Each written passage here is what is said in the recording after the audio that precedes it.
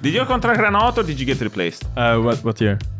When I went there. Which of the 2 times you replaced me are you referring to right now? Well, sorry guys. I think Odo's good, but you look at these numbers.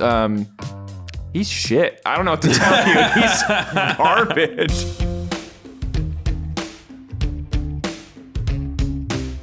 Hello and welcome to episode 5 of the EUphoria podcast. This week, Dagda is sadly out sick, so be sure to give him your well wishes whenever you start to watch this, whether it's on Spotify, SoundCloud, Apple Podcasts, or YouTube. We're available on all of them. Quick reminder, the broadcast is on Friday, Saturday, Sunday. Do not show up Monday and expect the finals. Finals are on Sunday. Please, get it right.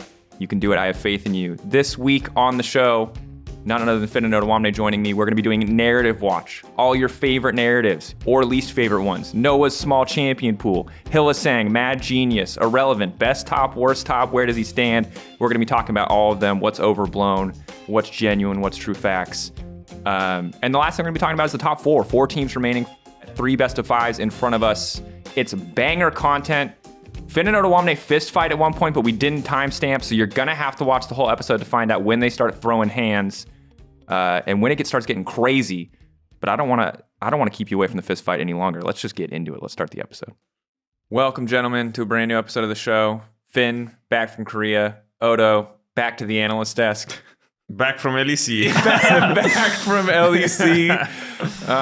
Yeah, thanks for both for coming in. Of course, hearts out to Dagda as he is sick today. But Odo, any final? I don't want to. We drag you here every time after your team has lost. It's actually true. And we have a sad Odo therapy episode. And this is not a sad Odo therapy episode, I swear. But any closing thoughts from Winter Split for Giant X? I mean, it's crazy because it's actually always happening. I think last time I came here, it was straight after a loss. Now it's also straight after a loss.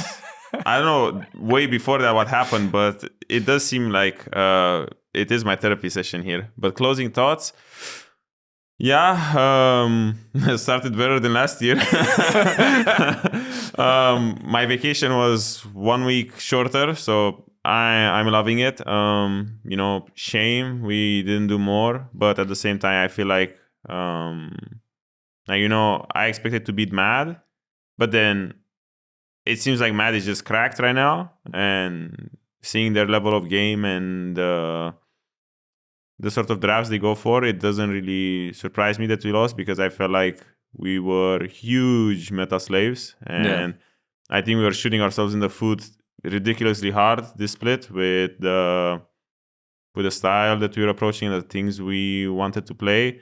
So I don't know, I feel like the teams that are right now staying in playoffs and that are really good are quite dynamic and have a lot of flexibility in the champs and the drafts that they're trying to do.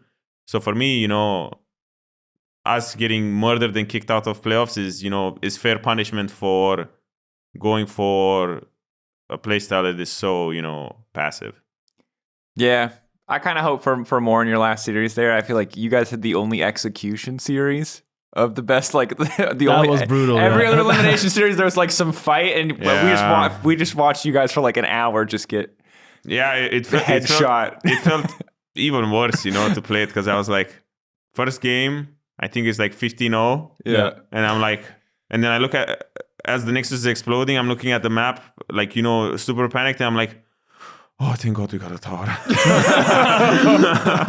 Because it would have been a lot worse. But game two, it was it was really weird because game 1, we did whatever we practiced, Cassandra here, blah, blah. Game 2, full panic mode. We're like, okay, guys, we need the Rumble. We need the Rumble to save us. And the thing is, the whole week I didn't play a single game of Rumble. So even though it's my OTP, I was a bit rusty because I was like, surely we're not going to get Rumble, right? Everyone's like, they're not going to give us Rumble, even though we're playing the guy that, has Rumble counters with, Fiddlesticky, Karma, Kali, all of this stuff. So we're like, I think we just didn't prep well enough in, exploring all the avenues for draft and everything that they could do. So we're just kind of caught off guard and underprepared, and I don't know, it just sucked a lot. So not even the Rumble could save us there, the Rumble sucked. Yeah, it's rough, bro. I feel like there's the big red button on any team you're on, which is break in case of emergency, Rumble cannon. Yeah, Rumble cannon. Save the day. Yeah. Pray for the team fight win. Yeah, it just wasn't it. I'm happy we got punished and we got our head smashed in, because now everyone's, at least I hope everyone on the team is like, yeah, I mean, if you play passive and you're just hoping for a win, then you're gonna get your head like kicked in. You know? Well, especially there's so many like teams that play super aggressive this year, right? So it makes sense. Well, we'll see kind of what spring brings, I suppose. Finn, I was gonna set this up really cool and ask you, like, Finn, there've been rumors that you're gonna be joining Rogue. The sheep is out here. Can you confirm or deny? But then you came to the podcast in a Rogue jacket, and it's not even like an old one from the time he was there. It's like fresh from the market. It's fresh, fresh off the printing Factory press, fresh, yeah. brand new. Yesterday, yeah. So can we confirm 100%, Finn? Yes, I am back in Rogue for spring split and hopefully summer split as well. It's nice to be back. It feels very natural in a way to be a Rogue. It's with like old teammates. I play with Markoon, I play with Larson. That is true. It's just like being back and seeing the guys. It feels like no time has passed, and I think hopefully we can perform a lot better in spring, because summer split was a bit hard to watch if you were a Rogue fan. Like it's just tough to see the game just drag on. It's like the Rogue are like playing elevator music. Like it's just repetitive and nothing is happening all the time. So I hope we can actually bring in some more heat. I'll do my best for it at least. That's all I can ask for, because I'm going to be honest. As a caster, after like the first week, when you rolled up and you're like, "Who am I casting today?" and you saw Rogue on the list, you're like, you're like, God, because you want to have something to talk about, and I'm not want to like trash Rogue, right? It's just that when teams are losing and they're playing like that, it's like, guys, I want to tell people that you're great and that you're interesting and that you're cool, because you're pouring your heart and soul into this game. But when you give me nothing, what am I supposed to do? Like, at least it can be Astralis 2023. It's like the guy you want to show. You're like, my dog could do this cool trick. It's crazy. Like, look at what he can do. And then he's like, I swear he'll do it. Just give him a second. Like, it's gonna happen. I swear. That's what I feel like every time I cast Rogue. I'm like, guys, it's gonna happen. I swear. They're exciting. I swear. I mean, I think it's really funny because we did the tech checks at one point at the beginning of the season, and our scrim on stage was Rogue, right? Yeah. And we just had like a 45-minute scrim game where, there's almost Elder coming up, and there's like 3 kills in the game, and I'm like, wow, this is a scrim. In a scrim. Damn. So it was crazy. But for me, like, outside of the very obvious circle that has been happening. No, because now everybody knows about the circle. So that was my next question was, Finn, I'm glad that you're the top laner for spring. Odo, does that mean you will be Rogue's top laner for summer? For summer, no, but for 2025, yeah. But on top of that, the thing is, the only thing that needs to be decided is the order in which like one of us loses their jobs, right? So it's like, is Finn getting the boot first? Or am I getting the boot from GX and Shigenda's coming in? Yeah. Or actually, I guess Shigenda took the boot first because Finn is in. Yeah. So Shigenda will go to GX. So really, we should have brought Shigenda on the podcast too. So we could have all 3 parts of the circle. That would have been actually really funny. But it's like the rock, paper, scissors of LEC. Yeah. It's crazy. But for me, it's really funny because segue back to when Finn got unfortunately. Did your contract run out or did you get replaced? What year? When I went there. Which of the 2 times you replaced me are you referring to right now? Wait, which one was the first one? Which one was the first Rogue one? 2020 to 2021 after Shanghai Worlds. Oh, it was Excel after. Oh shit. Okay. Oh no. But in the Rogue one, did your contract run out? I think I had a contract because I had a contract because I went to CLG and there was a buyout. No, but like when. Oh, it was a buyout, so they bought you out from Rogue. Yes. Okay. Because for me, it was technically like, actually, my contract ran out, so Shigenda came in, so I thought maybe it was one of these like circumstances or like this. It was one of those. You're actually not kicked. We've just decided not to renew the contract, which it seems essingly exactly the same as kicking you, but it won't cost us any money. So it's a very important distinction. That's how it was for me. Like when Shigenda took my job. Technically, it wasn't my job anymore, It's like, well, technically, it didn't belong to you. Well, we really wanted you, but you know how it is. Your contract ran out, so I mean, we're going somewhere else. But back to that, it's really funny because one of the like community perceptions was that like Finn like I replaced Finn because Finn was like way too chaotic for what the team needed. And now Finn is replacing the guy that replaced me because they need more chaos. Yeah. So I was like, there's like the circle is so there's like this circle and there's like an even bigger circle of like chaos, you know? And then Finn is back with the chaos and it's like, yeah, this is what we need.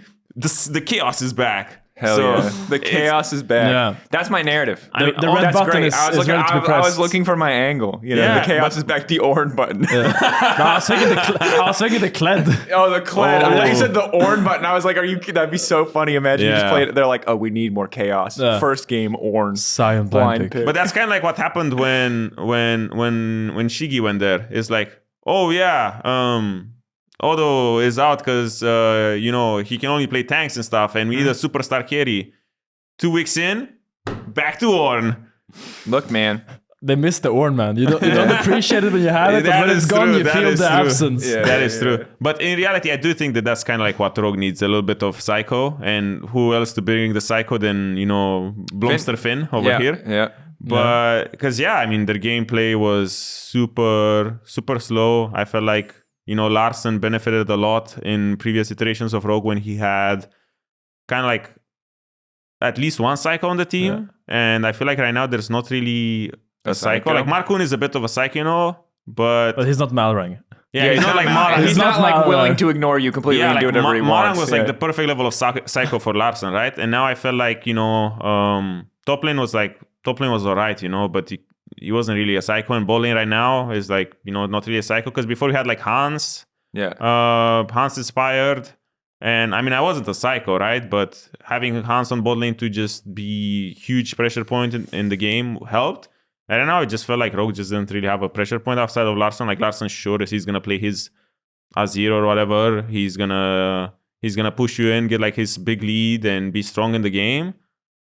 But there's just no one else, So now with Finn coming back, I think it's gonna look a lot better, because at least there's gonna be someone to take a load off of Larsen's shoulders. Well, I hope that it's a positive start. I know you literally just got back from Korea, so we'll see how it goes. I know you're gonna need some time to scrim to figure everything out, but I'm excited. I'm optimistic. I'm kind of in the same camp as you, Odo. But Finn, I won't make you talk about it too much because I know you haven't even been there yet. You guys just labeled me as Mr. Psycho and then just leave it like that. That's how we make narratives. But now you don't get a chance to respond and we just move on. He didn't even say no. He just sat there and was like, well, I guess I'm the Psycho now. You said Kled button. I think you're in. Are you going to be the Psycho? Can you bring the Psycho? I remember the first time I came with Rogue, I came in and I played like Kiana top and stuff like this. I think I played against you. You be the life out of us with that Kiana, Yeah, that was really fun. I have good memories of that game. But I think I will just try to come in and try to create some at least plans, because I felt like when Rogue played last split, they were just playing. And there was no real plans happening in the game. You could tell that like one guy is fighting and then the other guys are like here and like, oh, I guess we have to go to the fight. There's happening over here. But like there was no plan like we want to fight in this area. I feel like that is just important to know when and where to fight, and I feel like maybe that's what I can bring in a lot more for the team. Back to basics to a certain degree. Well, I'm excited regardless. Kind of speaking of narratives, Finn's obviously now the Psycho. Yeah. So we've locked that in. There are a lot of other like player narratives that are floating around, and I think that generally in esports, outside of like Legacy Dynasty Kings, when there's a sentiment of a player, it sticks pretty easily because it's pretty hard for people to take a second and like reevaluate. There's a lot of confirmation bias. Yeah. Like if you call someone bad and then every time you see them do something bad, you just go, oh, yeah, that guy's bad, right? Yeah. So I want you guys to help me evaluate some of the narratives that are kind of floating around right now. All right. Or old narratives that maybe are outdated. And I want to kick off, they talked about this a little bit last week, but we can hit it again here. Noah's small champion pool. This one's come up a few times. Last year, it was, the Aphelioses. It was kind of these one or two carry picks. This year, it's been Varus. He did play Senna. He did play Ezreal this week as well, which maybe goes against that. I don't know what your guys' impression of him is. I'm going to say something bold, okay? Yeah. I think that's the Korean style of practicing. Usually, with Koreans practice like a small champion pool and get really, really good at those two champions. And this goes for like top lane as well. I think if you look at Korean top laners, it's like the same 4 champions recycled usually. And maybe that is just how he thinks it's the best. Because in Europe, I think we're a bit more freestyle. We play like so many champions. We have people like Broken Blade and Mirwin that has like an encyclopedia of champions. But I think he's just really good at what he's playing. And I think especially for AD carry, you don't need a wide champion pool. Like the cookie cutter draft for AD carries is like you ban 1 or 2 AD carries and you first pick the strongest one that's left. Yeah. And then you have like a winning bot lane. Yeah. That is like the timeless draft of playing for bot lane and drafting for bot lane. And I think you don't need a wide champion pool for AD carry to do that. So I don't see it as a weakness to have a small champion pool as AD. I think it's just clever practicing. So do you think that his champion pool is effectively the same as most other players in our league when you look at it? Like, obviously, he's relied pretty heavily on the Varus this split, but otherwise, do you think it's just like he just keeps getting Varus? And so it's like, why would an AD play anything else? I mean, why would you like ban out the AD carry? Because he has like, I mean, you can try to banning him out, but I don't think it's gonna like do that much damage in draft to just hard focus the AD carry in draft. Yeah, I mean, I think it just mostly depends on when you want to pick ADC, because right now it feels like the meta and the trend is to pick AD quite early, with bans, and then you make the best one. You pick the best one out there. So I don't know. I like he's playing right now. I think he brought out the Ezreal and he's playing a lot of Varus, and last year it was a lot of Aphelios. But I do feel like there's a skill discrepancy between them, because I feel like his Aphelios is on a completely different level than all of the other ones, and Varus is not really a hard champion to play. You just sit there and you charge your Q and you're going to do a lot of damage because you're just like poke Varus and you're just kind of OP. So I don't know. I feel like he just didn't really have to face adversity yet where he goes for 5, because maybe there will come a time where there's different meta champs that are super OP. Because for example, in GX, Patrick drops every once in a while and then, takes something out of the hat. So you could say that maybe he has a bigger champion pool. But I don't know. I feel like he has a small champion pool, but it's kind of like what is needed, and people didn't really like signal it out. It's kind of like maybe an heavy situation where he would just get K'Sante 15 games in a row, and then everyone's like, well, why do you give him K'Sante? So it's like when people started banning K'Sante, then he changed. So I feel like you don't really know if he has a small champion pool or not. I feel like he does a little bit right now, but I think it also goes back into what Finn said, where it's kind of the style of practice, because in Europe, I think most of the teams kind of want to be flexible and creative with their picks and stuff. But in reality, when you do some analysis on some teams, I think most players in the good playoffs teams, they just recycle or like cycle through 3 or 4 picks, and that's just it, and they never get forced to play something else, because if you're playing the meta picks and you're really, really strong at them, then you don't really need to bring something out, because meta picks are meta picks because they're just OP. And I think AD, especially in the meta, I will say that it's like, why would you? If you can first pick Varus, most teams are going to first pick Varus because that's what you first, like, you're trading either junglers or you're first picking AD, right? It's like his most played is Varus Kalista. And I think he had 1 bad Senna game and he had 1 pretty decent Senna game, and his Ezreal looked all right too, right? But ultimately, like, if he keeps picking Varus, I'm not going to be mad. I feel like that's the best path forward for Fnatic, right? It's just simple, it's straightforward, and it lets them do other stuff. Like, all the kooky shit that you talk about Mirwin busting out, all, like, the crazy, like, there's not that many crazy mid-picks, but some of the crazier mid-picks, it's like, those can only happen because AD is boring. Right? Because, like, the bot lane is boring. You know exactly what you're getting. Depends on the role, because I think in most of the team comps that I look, I feel like top lane is a little bit of a, kind of like a joker card where you're, like, pick something or like slot it in that just fits with the team comp. Yeah. While ADC stylistically, like, sure, if you go Ziggs, then that's when you're kind of the joker, where you change the whole dynamic of the team. Yeah. But right now with Varus Kalista being OP, I feel like you're just shooting yourself in the foot by being funny and not picking Varus or Kalista, because I feel like most draft structures, are, in every meta there's like 3-4 OP champions maybe that are considered like heads up or like shoulders above everything, and when you have to do these trades, you kind of have to pick the OP champ, and I feel like maybe that's just how their identity is and how they structure their drafts. Yeah, no, I mean, I think AD carries just scale so well with gold, like, so you don't want to pick an AD carry that's just gonna lose lane gracefully.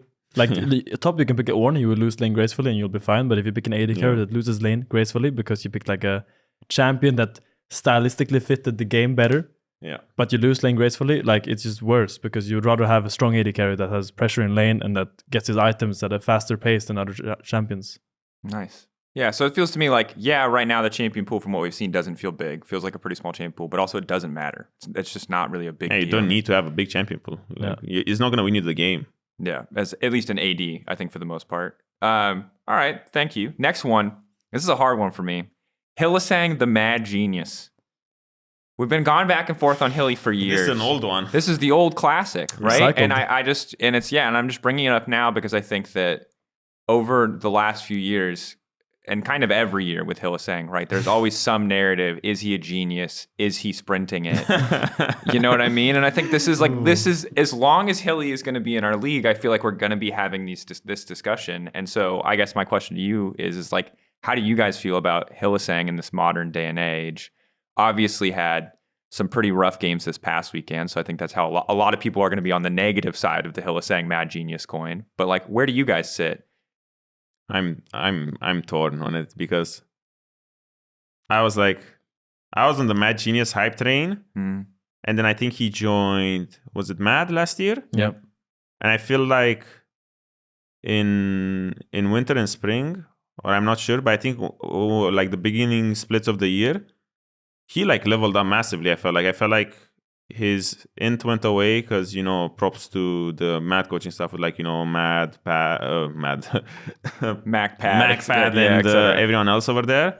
And I was like, wow, they elevated his like gameplay. They took like all the int out, and then all the good parts of Hilly that everyone loves about him stayed. So he like leveled up massively, and then I think he had another dip towards the end of summer. And now I think his most recent, I mean, I haven't seen the recent games. I think now he's Vitality, right? No. Yeah, he's Vitality. I haven't seen what happened, but I have seen a lot of, you know, comments about the fact that he was, you know, sprinting it and he had like a really bad series and stuff. It was a really bad series. Like it was pretty, game one especially was pretty egregious. He just got caught. Yeah. But that's the thing, he gets caught. I also feel like Hilly's the sort of player who he's either the one doing the catching or he's the one getting caught. But a lot of time he's playing, you know, like Rakan, which lets him walk this fine line between, you know, he's like being pushing it, see how far he can go, and then so he's walking this fine line between being the inter and being like a genius. So I don't know. I think it's kind of goes both ways. Where I feel like, you know, if a coaching staff gives him the tools, he will do good. But I also feel like someone needs to put the reins on him and say, okay, you are banned from playing this champion, you know, because stylistically it's not what you do best. Yeah. Because I think he played set and he griefed. Yeah, set. So the first game was the set game, and he... Was that the one with the Akshan J-stop? Yes, yeah. Yeah. No, that was game two, no? That was game two. Yeah. So this was okay. Gwen, Akali, Varus. They had the positive, like, first few levels in lane phase where the set was good, and then he spent the rest of the game, like, ulting and then dying mid-ult animation every time he'd try to make a play and getting caught kind of... I mean, Setis is a obsolete champion almost these days. It's so hard to make Set work, I think. I tried to play him as well, but I feel like everyone in the game right now has so much more movement speed than like 2 years ago. Like 2020 when Set was good compared to now. The game was more static. Yeah. I feel like now everyone has like movement speed shards. There's like little cinders on the floor that makes you fast. He gives run away. And Set really hates when people are faster than him. Like because he can only run up, pull you in, and like One-two punch, and then that's 1-2 left, right. Yeah. And then the ult, if you don't get like a crazy ult angle, you can't actually get access. I feel like Set is really hard to make work, and props to Hylli for going for it, but I think that game was probably on him. Yeah. I do think the other game he got a bit trolled. Like they had like Akshan into Jay's top and they put everything into him, and then he like got solo kill under the enemy guy's tower. Yeah, I saw that one. I think that's really sloppy. Like I can't put that on him because I feel like they put all the eggs in a different basket and he helped with that, and then that just didn't work out, which happens sometimes. But I mean, they definitely always struggled with inconsistency. I felt like I think that was the biggest issue over time for Hylli, was the fact that he was inconsistent, and I think that's also where the narrative comes from, you know, because people look at him and he has these like completely insane games, MVP games, where he's like the god of League of Legends, you know, and then he just does such stupid mistakes, and everyone's like, how can you go from being literally Jesus in League of Legends to just inting like this shamelessly? And I think that's why people are so mad, because it's like he obviously has it in him and he's obviously very talented and smart. But I don't know what's happening. I don't know what's happening either. I wonder if it gets better as he and like Douglas get more time to play together, right? Because Douglas has obviously had some pretty up and down games, and I think is still struggling to figure out. Like he's a young player, right? Yeah, I just think that he really likes to push the limits a lot. Hylli, he really likes to, you know, do things that he's not allowed to do just because he is creative. And usually that's how you push the game to the next level. It's when you do things, or when you know you can break rules, you do it, you know? But I think he's walking that line too much. And I also feel like maybe if the team was full of psychos like him, then it would work, you know, because everyone has the same philosophy. Because the thing is, a lot of time in the past, in some of my other teams, we would like have this discussion about, hey, when do we want to break rules and when do we want to be creative and blah, blah, blah, you know? And all it took was one guy to not be on the same page, and it looks like someone is griefing super hard. So it might be also one of these cases where he feels like everyone has his back, but in reality, someone else has a different plan. Yeah. It's just like if he does what he wants to do, but no one is willing to like drop a wave to join him. Yeah. I feel like it's never gonna work out.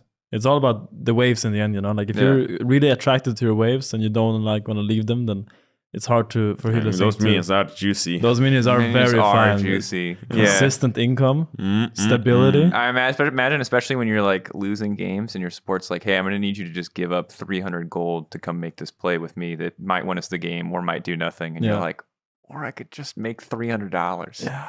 You know? So I mean, you know, those $300 go straight into your lolesports stats.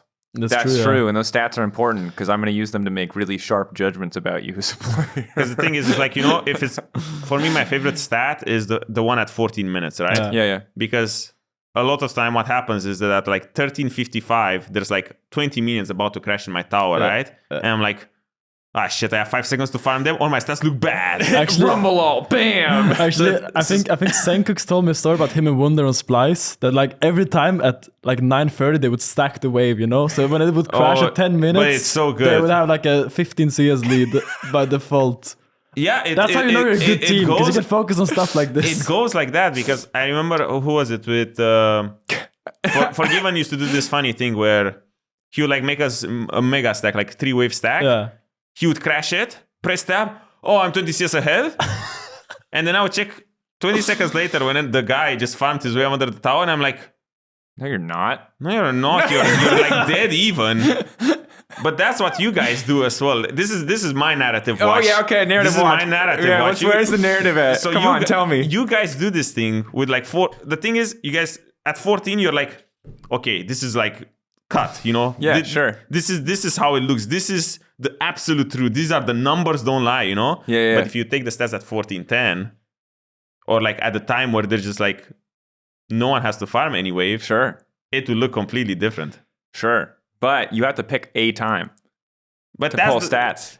But see, that's the thing, because then you have like the thing is, I'm not going to tell you that your at 14 stats are perfect. And I would even argue, because our new format's so short, that stats are hard because there's not enough of a sample size. But over the course of the entire split, over like old format, 18 best of ones. Yeah, but look at, you're not crashing a wave every single game. No, but like look at. Look what Finn says. Finn says that like he had Wunder and Senkux, and these two guys would just I've never heard that. That's hilarious. They would just always stack their wave to make it juicy, you know. So I think that's my play from now on. At 13:30, I'm gonna start the most useless slow push of all time. This is what I'll say. It's like I think stats in League of Legends are pretty limited, and I think that anyone if I want to say Odo's good or Finn is good, if my only evidence, if I'm not using any clips from a VOD, if I just roll in with just stats, you're kind of clowning.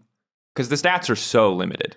Like, oh my God, guys, he's got insane DPM and high forward percentage. It's like he was playing Rumble into tanks. He got free push and he's just sitting there with first strike farming DPM. Yeah, but no one cares about that. That's the narrative. But that's my point. It's like without contextual stats are really hard because people like when Varus is meta, people are like, damn, this guy is so good. I was like, well, it's lethality Varus meta. Like but all of his damage numbers are trash. No one has time to talk about the context. So you guys will just put the stats and be like, this guy's good or this guy's bad. Okay, but also I'm gonna give credit to the analysts on the desk. Usually they are giving context, but your ass doesn't get the context because you can't hear that. You're sitting on stage, you turn around and look at the graphic behind you in Pickman. You're like, oh shit, I've got really low kill participation. They must be saying I'm trash right now, and they're probably not. Just listen to what they're saying. They're not out here just like, well, sorry guys, I think Odo's good, but you look at these numbers.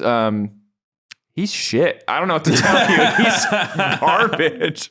Like, stats are there to support. Fair. They're there to support what like visuals are showing you if you're looking at clips, if they're used well, and they can be misused, and they are all the time. People will just copy paste stats and post them on Twitter with no context. But that's Twitter. And that's my coach pet peeve, by the way. When a coach comes to you and like, this champion is really OP right now, and like shows you it has a 70% win rate, and then it shows you like across like 50 games, and like half of those are like in ERLs. And you're like, oh, that's great. No, that's the other classic is they're like, this champion's win rate is insane. Like, not a lot of people are playing him, but it's really good. And you're like, who's playing him? And it's like Knight, and you're like, how are you gonna take Knight's win rate? It's like AD Energizer LeBlanc. Someone's like, AD Energizer LeBlanc like statistically looks really good right now. It's like, there are 3 people in the world playing this champion. It's Angel, Knight, and Caps. Yeah, and they're mostly winning. You know what I mean? It's like, of course the stats are gonna look. There's good. A lot of funny ones because like, even like at meta champs, you know. A lot of times since, like, let's say Cassante is OP meta champ and it has 40% win rate. And then someone out there will come and say, yeah, well, this champ has 40% win rate, so you shouldn't play him. And I'm like, and then I look at who's losing. And it's literally Billy from 20th place LPL playing against BLG and JDG and everyone. Yeah. So I'm like, no matter what you play, you will lose. Yeah. So it doesn't mean the champion is not OP. It's also like if a champion is OP, it's higher chance more people are going to play. You're going to give it to a lower tier team. Like if you're playing against a really good team, you don't give them the OP champion. Like if you're playing against SKT T1, or if you're playing against Gen G, or you're playing against whatever like best team, you don't give them the OP champions. But if you play against Billy Boys in like the 16th place LPL, you can give him the. If we just airdrop T1 into CB Law and tell them to play only Shaco for a month. Like, Shaco's going to have some nuts. Yeah, exactly. You saw what happened at the show match thing? The Red Bull thing. Yeah. The T1 boys came, mega jet lagged, didn't sleep for like 100 hours. They have to play Heretics. Heretics has like 60 bans, and they still lose. So it's like all of a sudden you look at that game and you're like, oh, what did he play top? Volibear? It has to be OP. Volibear is strong. The stats don't lie. Yeah, so I agree with that. If anyone ever presents you stats without greater context and tries to say this is a definitive conclusion, they're trolling. Stats can also be used to ask questions. So if I look at your stats and it's like, Odo's down 20 CS at 14 every game. Why? I say why, and then I go watch the VOD. And maybe it's what you're talking about. Oh, there's, triple creep wave crashing into his tower every single game. Every time. At 14, 15, he's even again. They're all against you. It's farming clock. They're out to get you. Well, now that Shigenda is a free agent, you should be really careful about your spot. He could come at any moment. I'm not sure if he's free agent, but it's like it is the time of trades and everything, but it is quite spooky, That's why when there's a fight happening at 14 and the wave is coming to me, I choose the wave. Yeah, you choose the wave every time. Sorry, Hilly. So everyone will die, but at least I'm like, yeah, lolesports. Yeah. All right. Well, back to the Hilly point. It sounds like he's still somewhat the mad genius. He has his Jesus games, as you called them. He's definitely coming off some int games, but we'll see if he brings back more of the genius in the future. Doesn't feel like it's so doom and gloom, which is nice. Last one before we move on to talking about the Final Four in the league. Irrelevant best top laner in the league. Obviously came off of a pretty nice series against Fnatic where he clapped Oscar, I think, 3 out of 3 games in the 1v1. You're both top laners. Everyone is super hype on Irrelevant right now. They're all on the Irrelevant hype train. Is he just number one? Is he the king of top lane now? Like, we gotta make it so direct, boom. I would say definitely top 3. I think so, yeah. But saying he's the best top laner is very hard. Because I didn't play against him as well, so it's the last time you did, so you probably know better. But I think he's obviously playing really well on every stage game, and it has to show something. It's gonna show a lot. I think he's really good at his champions, and he utilizes them very well. He's always drawing Jax bans as well, which is very good for a team. When Jax is not even good anymore now. Yeah, he's still I feel like these people have trauma, Yeah, people just don't people have seen oh my god, his stats, his Jax stats. Oh my god. Exactly, the stats are there. And so they just ban the Jax always. I think he's definitely in the discussion. I think he's good. I actually think the beginning of his split was better than end of the split. I feel like his performance, at least when I played him, I felt like it started falling off slowly. It was a little bit more annoying to play at the beginning because the Jax was there. But ever since the Jax kind of disappeared, I didn't really feel like it's so insane. But what matchups did he have, I think, against Oscar? Because I remember looking at that game and I'm like, he has first he has OP matchups 3 games in a row. Yeah. I mean, for sure, he had the one I remember It was really Rumble vividly. versus Orn, it was Gnar versus Zac, and it was Cassante versus... Oh my gosh. Was it Cassante versus Zac? Cassante Aatrox. Cassante Aatrox, It was yeah. Cassante Yeah, so Aatrox. all those 3 matchups are like, I mean, Cassante Aatrox is the most 50-50. Yeah. Mhm. But the other 2 ones are like mega stomps, you know? It's like you're playing Gnar versus Zac. Zac is going to sit there and be useless. You're playing Rumble versus Onion. Because the thing is also on this patch, Orn lost 16 MR. He's not having 16 MR anymore because of the rune changes. So Yeah. any AP top is going to be the Orn super hard, you know? So on all patch, this matchup used to be a lot better for Orn, but now it's just unplayable. Yeah. So I feel like he got really, really good matchups, you know, and props to him for getting the matchups and like navigating them. But I also feel like Oscar mega dropped the ball that series. Like, Oscar really trolled the Ord game, especially. I think he like tried to push in the Rumble early. And then like he realized, like after 2 waves, wait, I can never crash this wave. So he goes up, tries to push it, gets completely grilled in his face. Yeah. It turns like some Orn barbecue, and then he's just on the bounce. Because then Rumble just pushes the wave in, he's standing there on tower with 1 HP, and it's just sucks. I mean, the thing is, everyone also has recency bias massively. Oh, and of course. the thing is, That's like the same thing with the Hylissang. Yeah, when you right? see such a huge mismatch on top lane, which happened because I think, I mean, Aatrox died 8 times the first game. He was kind of useless in the Zac game, and he was also kind of useless in the one game. And I'm like, is that him being the GOAT? Or is that just Oscar griefing, you know, and having a poor series? Because for me, Irrelevant for sure is he is good. You know, he's not like this average Joe that, you know, randomly had a good series. He's been having consistently good games. But I think putting him as the best is kind of more of this narrative where people like want a shiny new toy, you know? Mhm. It's like, oh, well, BB is good. But G2 is the best, you know? So I don't want BB as my best. I want someone else. Who do we find? Okay, Irrelevant. You're the best now, you know? And I feel like people, they just want new stuff. They just want new stuff to make it interesting and to kind of redraw their passion and attention more and get them more involved into like being a new fan, you know? Because he passed the eye test. He stomped Oscar. So everyone's like on the hype train. But I think first, or like being the best is a bit too much, but he's a contender. I think for sure the BB slander has gone too far. Like, I think just because of the international performances, people like disrespect him so much now. Yeah. Like, why? Because he loses the bin? Or what? Like, is that's the thing. Like, even like when I went to Worlds, everyone's like bashing me. Oh, 369 beat the shit out of you. And I'm like, yes. Yeah, but he beats the shit out of everyone. That's the point. I'm not the best in the world. Sucks, you know? But just because you lose versus a guy that's maybe top 3 in his role in the world doesn't mean that you are the worst in the world. And that's how everyone acts. But the logic is they saw you lose internationally, but they didn't see this person lose internationally. So that's just like there's optimism. So I think Irrelevant sounds like top 3 feels safe. First is a stretch, it feels like. It's hard to say. Super stretch, Yeah. Who is the best top laner in your guys' eyes? Like if you have to give number 1 to somebody, and it can't be yourself, just for argument's sake. You know, Odoamne.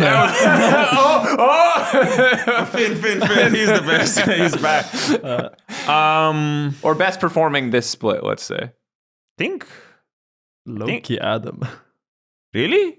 I mean, he mega griefed last series. Oh, I didn't see the last series completely in its entirety. The thing that I value really highly in top lane right now is the fact that there's this Zac TF thing happening, and I feel like top lane, ever since the patch, I feel like there's been top laners that's been flying under the radar. Like for example, TF. I thought TF was like really busted for like 2 weeks now, but then no one really played it. Mm-hmm. But I was like a huge believer in TF and into Zac, and now you see that this whole meta in playoffs is kind of changing with top lane picks, and I feel like, you know, BB having Zac ready and TF ready, and, you know, changing the whole dynamic around top lane is what I value the most in top lane right now. Because, you know, I could have said maybe before playoffs that Adam has been having a really good split, but at the same time it was, you know, a meta that was very stable. He was kind of drawing the meta to him by, you know, having Garen, Darius, Olaf ready into Cassante, because Cassante was the meta pick. what else would be the next meta top lane, maybe like Nar or something, and he would have answers to them. Yeah. But now there's like a Zac and a little TF running around, and now you're the one forced to counter the Zac and TF, and you don't know how. Yeah. And it's hard because right now what I see is like you just ban Jax to pick TF. Zac, you can keep it as a counter. With the Senna running around, you can also just flex Zac to support or whatever. And jungle is like, you're very deadly with this weird champion pool on top lane. And right now, I feel like the ones that are doing it the most are probably BB and Merwin to some extent, because he has like, a lot of counter picks. But in terms of like, blind pick value, I feel like BB is giving huge blind pick value and is making it really hard to draft against G2, because it feels like, how are you going to get winning lanes when they're... It also might be a G2 syndrome, where how are you going to get winning lanes when they're flexing everything everywhere? 3 faker topside syndrome? Yeah. 3 fakers topside. That's an old term. Yeah, the classic. That's an old term. And your top lane is just like TF Zac, and then he also brings Yasuo versus Nar, and he has like, funny counterpicks. So I'm like, it's hard, because it feels like when you go play against G2, you can't... How do you get winning lanes? It's very reasonable, yeah. I think you make a good argument for BB. It's just the worst when they pick TF1, 2, and you're like, oh, okay, I guess we don't know where it is going. It can go top or mid. And then they pick Zac, and it's like, oh, this can go 3 roles. And then they pick... they probably pick AD carry on 2, but then they pick like 2 flex lanes. And then they pick Senna as well, and it's like, okay, well... Yeah. Oh, maybe in this very, very funky case, Zac goes jungle, and there's the Maokai support now with Senna IDC, and you're like, well... I don't know what to pick. I do know Mickey loves his Twisted Fate support as well. I remember that. In Excel, he was very vocal about it. Like, guys, he's really good. It's really good. You don't understand. You don't understand. Guys. I love that. That's the Mickey signature. Guys. All right. Well, it sounds like Broken Blade kind of a front runner, but it's hard to detangle that from what G2 are doing right now. And I guess we'll just have to see based on the upcoming matchups. It's just hard when G2's like here and everyone else is here to like choose someone else. Yeah. No, I think it's always kind of tough to look at players really individually, maybe outside of like their laning phases, right? Because it's just like, even laning phase is a result of drafting to some degree. I think it's mostly about top lane though. Yeah. I feel like top lane is always hard to kind of put your finger on how good they are and how much they provide for the team, because it feels like you're the role that kind of slots in. Yeah. Yep. Because right now, if you look at mid lane or ADC or jungle, I feel like it's a lot easier to name a best, right? Because I feel like they're kind of the engine of the team, where you look at mid or you look at Caps or you look at Hans, and you're like, you see what they provide. Yeah. Because usually the game is being played through mid or ADC or jungle or whatever. But at top lane, I feel like you're the one that has to adapt to what your team does. So that's why it's hard to see the real value of top lane. Maybe it changes if we ever get a Fiora meta again or something, and we can watch that stuff. It's probably not happening. Yeah, I don't think so. Probably not in our region. I mean, maybe you see the level of top lane now when Finn is back and he brings out his little Kled. The chaos. Remember, Finn is the chaos. Mr. Chaos. And Mr. Chaos. And then Finn becomes the engine of the team. And the thing is, not a lot of teams put top lane on such a front runner to being the engine or like the main character of the team. Vitality tried. And then Mirwin just one tapped him and got 700 gold. So, So good effort. Because we're kind of deep in the episode now, I want to shift over to talking about some of these matchups. Obviously, if you haven't seen the bracket yet, G2 are the big boss. Waiting below them is BDS. And then whoever challenges BDS will come from our first matchup. First matchup is Mad versus Fnatic. And this is an interesting one to me, because Fnatic in the previous matchup 2-0'd Mad Lions Koi, right? And that was kind of the crazy poke comp stuff. I don't know if you remember that game. That was fun. like really all fun. over the place, like 0 tanks. There was the Jace versus the Varus, right? Yeah, there was just chaos, absolute chaos games. I still feel like this is close. I don't know. How are you guys feeling? Like, what is your impression of this matchup? Who do you think the most important players are? I'm nervous for Oscar, I think, because for the same reason that people are hyped about Irrelevant. Obviously, he's coming off of like a pretty terrible series, and I'm a bit nervous for Scowy, I would say. I would say like Humanoid becomes like a force to be reckoned with in these kinds of playoff brackets, and I think for Scowy it's still his first split. I think he might end up having some challenges if Humanoid really steps it up and like communicates heavily with Razork, like makes a plan. I think just Humanoid's laning is probably the best in the league, and maybe that would be an issue because I think Frescawi works the best when he's someone that joins the fights and plays with Joya in the side lanes well. Like they have Mirwin top and they have the Super Alvaro bot, and Frescawi kind of joins them. But I think if Frescawi is just getting really blasted, I think he's not. I don't think Mad Lions is a team that's gonna help him a lot. I think he will just suffer in silence. Yeah. I don't see them like using a lot of support moves or top lane moves or jungle timers to actually relieve mid. Yeah. So if mid matchup is hard, I think maybe Frescawi will bleed a lot. Yeah. So do you think is that the biggest individual discrepancy you think on the team? Are other roles just closer? I think this one is quite a big one because I think Razork leveled up massively. I feel like this guy is completely cracked right now for the things that he does so on Fnatic. But yeah, I didn't really think of it before, but now that Finn brought it up, I kind of see it. I feel like when I think of Frescawi and Humanoid, I feel like they're kind of the same profile in the champions they're trying to play. That sense of like this control magey mid, but I feel like Humanoid, his split so far has been really good, and in playoffs ramps up even more, and his laning phase is like super, super good. So I feel like it's going to be a big mismatch over there just because of the same play styles.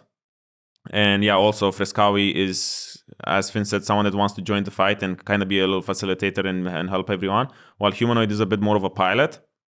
I am concerned though for top lane because I'm not sure how Oscar will deal with that loss because with that win, but it felt like a loss. Yeah, a loss for him. I mean, win for Fnatic. It did feel like a loss for Oscar. Suffering from success. Yeah. I mean, Merwin leveled up a bit with his counter picks. It is quite annoying to deal with him, and I feel like it's a lot more annoying to deal with Merwin counter picks than to deal with irrelevant counter picks, and so I feel like it's gonna be a little bit more difficult.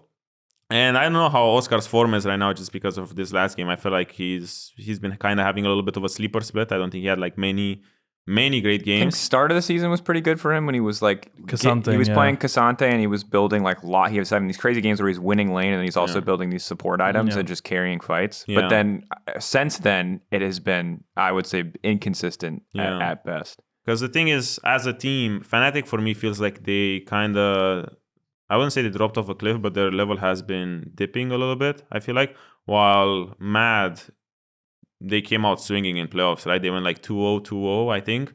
And I think they had a really, really good meta read, and I felt like they're playing meta champs or like this weird alteration to the standard meta a lot better.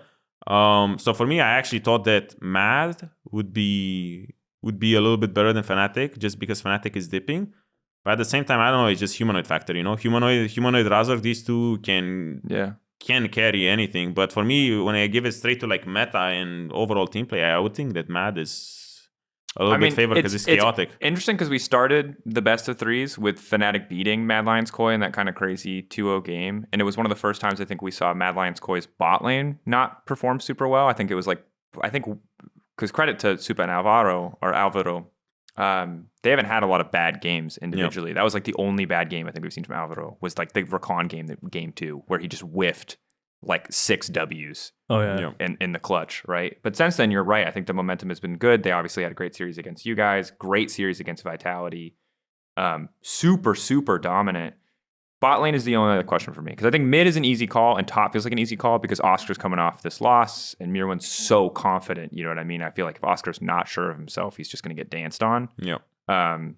Jungle, I give the edge to Razor because I don't think LES had the greatest split, but they're both good. You know what I mean? But bot to me is the big question because heading into that matchup, I expect the first time they played in playoffs, I expected Super and Alvaro to be way better because I think Noah and Jun have had okay seasons, some really rough lanes, but they've had like, it's been all right. But that was one of the few times they actually smacked lane. They actually played really well in the 2v2. So I don't know what to expect bot lane. Everything else feels easy. Like top side feels so easy to understand. Bot lane is the mystery to me because I don't know why. Past draft, I think that in the second game, the Rakan Xayah was tough into the Varus, and like giving him Varus again was, I feel like, a little questionable. It's not so good. Yeah, not a good idea when it's like, regardless of how you feel about his champion pool, don't give the man the best champion in the meta and the best, and his best pick as well. But like, I don't know why they struggled last time. I think it's close though. Who do you actually predict to take it? I think Fnatic will take it. I do have faith in the mid jungle of Fnatic more, and I feel like mid jungle support. It's BO5, right? Yeah, BO5. BO5? Okay. Yep.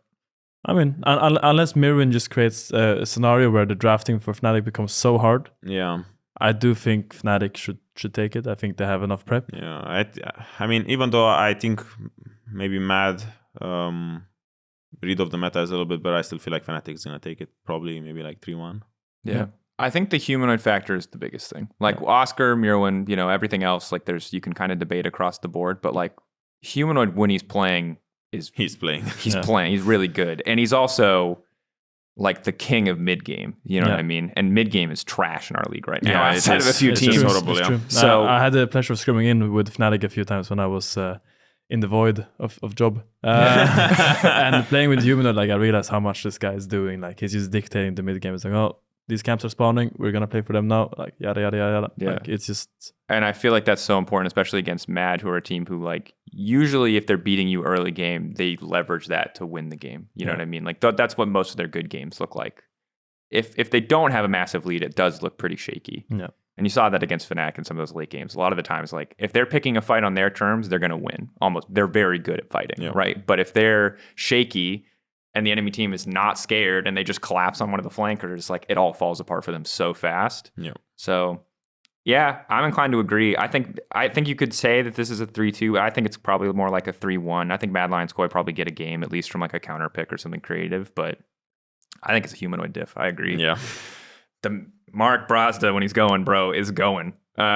If we think Fnatic are winning, that puts them up against BDS, and this is where it starts to get harder for me. But kind of, I guess the best question is well, let's just talk about BDS. BDS clearly not better than G2. They got 3-0'd. They got absolutely danced on, guys, which makes I think our finals potentially anticlimactic. They got run around the map in circles. G2 just almost split them out of every single game. I feel like they never got to fight. Yeah. But I still think BDS are really good, and I would assume that they're still better despite coming off of that loss, right? I would assume that you would still take them over Fnatic. That's hard. That's a really hard one, actually. I would, I think. I think you want to talk to me about it. Like, what do you like? Because I think that, so the big thing for me, first off, we talked about the humanoid factor. I think Nuke has had a great year so far. Yeah. I think it's not going to be as big of a gap. And I think when we talk about our league generally being pretty rough in the mid game, BDS is one of the better teams in the mid game. They are not as good as G2, as we saw very clearly. But of the remaining teams, I think they have the most consistent mid game. Do they over rely on it sometimes where they're just like throwing some lanes maybe a little bit and then just coming together around third Drake to try to win the game? Yeah, but they do it so well that most teams haven't been able to break it other than G2. Yeah. I mean, I think mid is not, I wouldn't say it's a mismatch. I think they're quite on even footing. Their styles of play are kind of the same. They're both playing this control, magey stuff. And I feel like, I think Nuke has been good enough this split that it doesn't really feel like, Humanoid can get some avenues where he can just run away with the game. Shio has been, great role player. Razork is cracked for Fnatic, as we said earlier, but Shio does everything that BDS needs him to do, so there's like I see that there's no cracks or flaws there. The problem is that I feel like Oscar is a little bit of a typical meta player right now with, what is it? K'Sante. Yeah, you pick K'Sante. If K'Sante is out, blah, blah, you go down the list of whatever top laners are there. But it does feel like if you go for these typical meta picks that have been here for the whole split, then that's when Adam is out to play, right? And the way it works with Adam is that you don't have enough bans in second phase to he's going to have a funny champ. Yeah. He will do the funny on you. Yeah, he will do the funny on you. And I'll bring that up in cast. He'll do the funny on you. So I feel like, top is going to be a mismatch over there. At least that's how I see it stylistically. And like for bot lane, I mean, maybe Ice has been a little bit of a sleeper for me. He's been all right. I think BDS bot lane in lane has been kind of sussy. I think the same has been true at a couple points for Fnatic bot lane. I still give edge to Noah and Jun generally, like 2v2, but I don't think either of these lanes are about winning like lane. Yeah, and when I think about it, I'm like, Labrov map movement has been kind of clean. I feel like he's there where he needs to. He's where he needs to be. He's with Shio. He's empowering his lanes wherever he needs to go. And for me, it's gonna be like a factor. I feel like he's been having a good split. I feel like when you go player to player, it's hard to just like decide. Yeah. But I feel like it's gonna come down to whoever like adapts to the draft chaos that's happening right now. Like I don't see neither of these teams adapting. Yeah, that's what I was thinking as well. When I look at these is Adam teams, gonna play TF and SAC? Is Oscar gonna play TF and SAC? Will we see like these kinds of champions? Yeah, because for me, flavor of the month is TF and Zach on top, and I feel like none of them are playing it. I mean, since I'm out, I didn't check solo queue or do my scouting, right? Yeah. But my first impressions is that neither of them are playing it. So then you go back to like the previous ladder of chaos, where you're like, okay, who's gonna bring the chaos? It's probably Adam with the funnies. Yeah. So, but Adam did play a lot of meta. I mean, that's against Gita. I was a bit disappointed because he played like only Gnar, Rumble, and Jax, right? Yeah, but he played meta. I feel like because you don't really have good matchups for the funny champions. I feel like in game 1 was the only time. No, game 3 was the only time he could have picked Garen into Cassandra, and he chose not to. Yeah. But I also feel like, I think from what I noticed, they only do it with Orianna. Yeah. And I feel like they didn't really have Orianna, so they felt like the combo is just going to fall apart, and then Garen is not too useful of a champion. Yeah, I mean, Garen doesn't just beat Cassandra. Cassandra just scales. Yeah. And Garen just scales. Like, there's no one is dying there. Yeah. In a normal game. So, yeah. So all I will say is I just did quick lookups. Pro players' visible solo queue accounts aren't the most reliable source because everyone's got their own secret accounts. Yeah. So Adam is just spamming a bunch of Jace. There's an AD Kennen here. That's kind of spicy. I don't think that's real. No, but otherwise, it's like, it's whatever. Kind of normal solo queue history. There is a pretty good amount of TF top for Oscar in his solo queue history. So maybe we do. It depends obviously on how scrims go. That's going to be the real decider, not solo queue. But Oscar is at least practicing it. I wonder if people are going to find like a good answer to TF top that's not Jax. I feel like there's none, just because because the thing is, you have 2 combat sums, and then worst case, you just lane until 6, and then you ult back to lane. Yeah. I mean, I was thinking like maybe you can go Olaf into it. You hit 1 axe, you try to run him down, but he's probably too fast with with Swifties and Ghost. Yeah, I feel like it's too hard. That's what my initial thought. But yeah, I mean, especially with runes, because you can go slow reduction in runes and movement speed, and Olaf is not really going to catch you, I feel like. Yeah. So, I don't know. For me, I give it to BDS because although, you have humanoid effect and he's really, really good at shot calling mid game, is like, BDS objective setups, they're just clean, And right now they know how to play Drakes, yeah. So right now the game is all about getting soul, forcing a fight at like 20-something minutes for the soul, and then just this objective setups, because that's kind of like what we do right now in EU. We don't really do much else. So for me, it's like I'm BDS on this, but it's really close. It's really hard for me to say, oh, BDS is going to be 3-1 or 3-0. I feel like it's going to be 5-game fiesta. I think that the reason that BDS feels easy to predict is the things that they're good at, they're very consistently good at. Whereas Fnatic's highs have not been consistent. And so it's like BDS is a team you can bet on because you know what you're going to get. And I think we've seen a lot of different levels of performance from Fnatic this season. BDS have been mostly really consistent. Yeah, they did obviously just get their shit kicked in by G2, which, happens.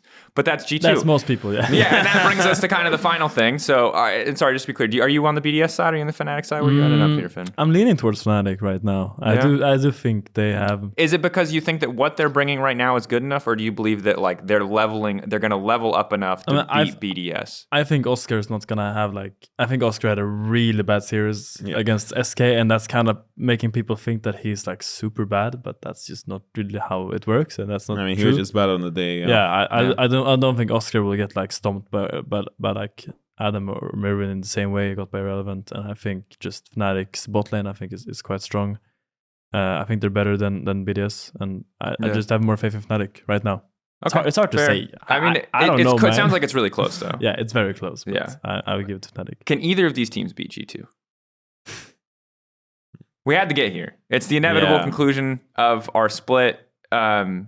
I mean, even though I said BDS win, and I think BDS is going to win against Fnatic, if Fnatic win... They have a better shot against G2? Stylistically, they have a better shot, I think, because it's just kind of rock, paper, scissors of styles. I feel like BDS is just playing a style that is just getting beat the life out of by G2. Yeah. But even though I see BDS style working against Fnatic, I see Fnatic style working a lot better against G2. So, it's this little weird triangle that's going on. So for me, in a finals, I have a lot more faith in a Fnatic win against G2 than a BDS win against G2. I highly agree. I think for me, I agree. And I think for me, a lot of that is humanoid. Because I think that when you look at the way that G2 kind of ran BDS around the map, and how they're running a lot, like Cap's playing a lot of the side lane picks and just creating a ton of pressure. Most teams in our league really struggle to deal with that. But again, credit to Humanoid, and like I feel like he's ready to handle that and make definitive calls. And he's a fearless side laner. Yeah. Like he doesn't get startled by when people go side lane. And some people, when people start pushing side deep, they freeze in game and they don't realize like there's an answer to it. They're just like, oh, we're getting pushed in here. Oh no, we gotta catch this wave. I think you gotta have this like just composure and realize that, okay, if they do this, we do this. And I think BDS maybe didn't have it, but I can see it. I feel like if you let G2 dance on you and run you around with these side lane picks, you're just never going to play your game. And like BDS are really good at the 5v5, right? Like if they can force the 5v5, you talk about the objective setups, but G2 undermine that so well. And I feel like if the game's going to get more chaotic, I trust Fnatic and specifically players like Razork and Humanoid, I think more in that chaos than I do BDS, who I don't know if you guys think it's fair. I feel like are still doing a lot of the same things that made them successful last year, right? Yeah, it's just Dragon Stack. Just better. Yeah, they're better at a lot of it now. Nuke's playing better, but like I think their bot lane's probably more consistent, even if their lane isn't as great and maybe less reliant on hyper carries. I mean, but also for me, this G2 dancing around the side lanes is kind of like they're just punishing people over rotating and this ARAM meta that we have in EU, because for us in EU is like 30 seconds till Drake, ARAM starts, right?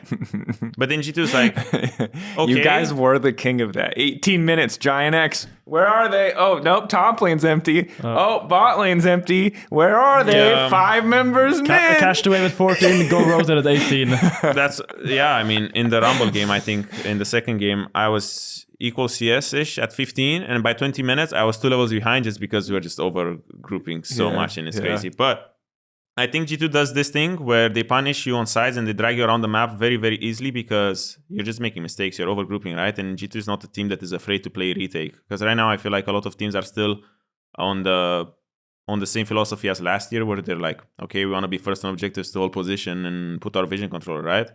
But G2 is just going to be like, okay, we're just going to go 5 bot randomly, because I feel like they're one of the only teams who just walks through 5 bots to go to Drake control. Yeah. They're like, oh, okay, we're going to push these sides, get goal lead, and then we're going to play retake.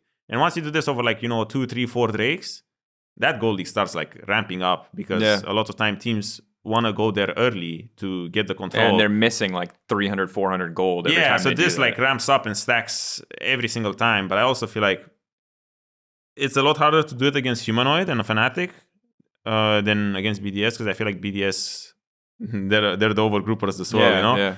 And Fnatic with Humanoid and the gang, I feel like it's a lot easier to match, because I invite everyone to just look at G2. They always do this thing where they push sides when they see people on mid. It's not Caps wants to go there and he wants to create numbers advantage by doing this. He's the one reacting to you. So he's just seeing you inting. So he's like, okay, I'm just going to take the freebie, because you are inting. He's not forcing the int. You're the one inting initially, So I feel like Humanoid has the answer to this, because as Finn said earlier, it's when someone is pushing deep, there is an answer. There's an answer to literally every play, and Humanoid will probably see it. So I feel like that's why it's going to be a lot more even. Yeah. Well, I hope in that case that Fnatic make it to finals then. Nothing against BDS. I just want a good finals. Yeah. You know what I mean? I just want something compelling. It's like to see a wash. But I think it's safe to say G2 the clear favorites no matter who makes it there. Definitely, yeah. Fnatic has an edge, but G2 are just head and shoulders above the rest. Yeah. I mean, it's good on you, G2. As a result, we don't spend a lot of time talking about G2 because we're like, they're better guys. As we said last episode, as we said the episode before that. But they're better. They play mid-game well. I like that you called out that it's teams inting, though. I think a lot of people, and myself included, sometimes get lost in G2 are just so 5-head. And they are obviously doing great things and they're obviously super smart. But calling out that it's no, it's other people over grouping and clearly just signaling to G2, hey, this is a freebie. If you want it, come get this free gold. Come punish me. Hey, I'm screwing up. Punish me. But also their people on mid don't give a fight. They posture not super passively. And they bait you. Yeah. Mickey is the CEO of thinking he's inting. Yeah. And then sometimes he ints, but okay. But let's say Caps is seeing their grouping mid as 4 and he's going to a side. Yep. A lot of teams, the 3 in the mid lane, they would just hug their tower. They would just sit there. Oh, we can't contest. We just wait under the tower and wait for Caps to push the side lane. But what G2 does is they walk up and they don't give you space to engage, but they're still around. Yeah, they're like in leash range. It's like the perfect leash range. And then if someone is walking away, then they're walking after. Like they're keeping their space well. And then Mickey walks past the mid wave and dies. and then Mickey's like, oh, we're pushing side. Maybe I can hook in, and then he dies. But it's fine, Like, Mickey is 5-head. Yeah, Mickey gets yeah. That's typical. Wow. Wow. So that's typical US scrim, because a lot of time I think most of the goalie that teams get is someone griefing on midwave, and then you're like, oh well. I'm used to people griefing on midwave, but now they're not griefing on midwave. Yeah. But in scrim they would be dead. What do I do now? It's like you play Rumble, you push outside, you go mid. Oh, I can just ult them and they die. It's like, wow, that's so easy. Yeah, and that just doesn't happen. But it's like the concept of cashing out your tempo. Like if you're playing side lane and you rotate mid all the way, then you're kind of cashing out your tempo. Yeah. And usually when you do that, you need to get something. Yeah. You need to get like good deep vision, or you need to get a fight on mid. Meanwhile, Caps is just like stacking up that tempo forever, and it just doesn't give it to you. But if you just hover in fog, you don't cash out your tempo, and you're ready to go back and catch the next bot wave. Like and that's what he does. Yeah, then the tension is kept, and you can keep getting control like this. But people want to cash out their tempo so fast and get a fight because in scrims it works. I understand. you just go. That's mid. why I can't go to a casino. I'm impatient. I'm just like, I'm out. I'm out. I want my $5. Give me my $5. You can make 1,000. Nope, I'm good. It's a doner. Yeah. Hell yeah, it's a doner. With sauce, but that's not even a doner these days. Doner's got expensive, bro. I need 6. Need more dollars. Oh, that's true. All right. G2, clear favorites to win the whole thing. Fnatic's got a better shot, but BDS might make it. That one's a close one. And Mad Lions Koi. Fnatic still's got the edge. A lot of this is It's like Mark Brozda versus the world. Humanoid is the main character. I don't know what to tell people. Humanoid is playing a Siren as his little sand soldiers he's commanding. Yeah, it's Humanoid versus the world. Humanoid is, let's see if he can take down with support from his 4 friends, G2. That's kind of the story of the weekend, it feels like. But we got some questions from Twitter. Shout out to everybody who submitted questions. Let's go first here from, I'm going to butcher your name. Langyel Levente. Close enough. It was really good. I think it was Ontology 21. Thanks, guys. Do you think this year's LEC is worse in quality of plays? Presumably. So do you think the overall quality of LEC is lower this year, or has been lower this year? I mean, I think if you look winter to winter, I think you're going to see similar result. But if you look this winter to last summer, I think it's clearly worse. What do you... Yeah, why... What? Well, for me... It's kind of like this. I feel like it's been a phenomenon that's been happening for a couple of years now, where the top teams get weaker every year. So, for example, why is G2 stomping everyone? Because they didn't make any changes, right? It's the same team. I feel like for like 3 years now or 4 years now, the top teams make changes when they don't need to. And I feel like the more roster changes you make, the worse the team gets. Yeah. So for me, it's like, you look at the G2 roster, what was it, 2019 when they made finals, 2020, whatever. Yeah. Every year, there's rosters like that get one of their like really, really good players and they go to like a different team. And they're probably going to elevate that different team to like, a slightly higher floor. But the ceiling of the region just gets like smaller and smaller every year just because you don't have stacked teams anymore. Because I don't know the last time you had a 2 or 3 stacked teams that would all be able to like compete with each other. I can think of some Vitality teams that was really stacked on paper. Yeah, I think on paper is the important part of that phrase. But we don't play with the paper. We don't play with paper here. We've learned you can't. We've had like one successful super team, which is a G2 team. Yeah, and they always had that era of G2. Always had one team that was like close-ish. Yeah. First split, it was Origin. That Origin roster that got second that immediately kind of imploded. And then it was Fnatic. Yeah. And that was a good era. But I don't think we've ever... 2016, 2017 is the last time I can really think of it. G2 were still better, but it was like H2K and UOL were like the other 2 teams that were really challenging. I mean, even in 2021 when Mad won... 2022? 2021. 2021 when Mad won twice is like... I don't feel like the level of the region was like super... I guess that was almost 4 good teams. Like that was 4... It wasn't the highest level. We didn't have the greatest success that year. It was like 4 good teams, but I feel like when you would compare them to like previous years, the good teams weren't like as good as the previous teams. Like even when we won with Rogue, I felt like we were good, right? I mean, maybe we'll be able to do well, like compared to like the G2 from like the years before they went to like World Finals. I thought we were really, really good. But outside of us in G2 that year, it felt like, you know, I feel like the top teams are just dipping down. Yeah, it's a little top heavy, and I feel like, yeah, if you're not the best of the best, I feel like teams...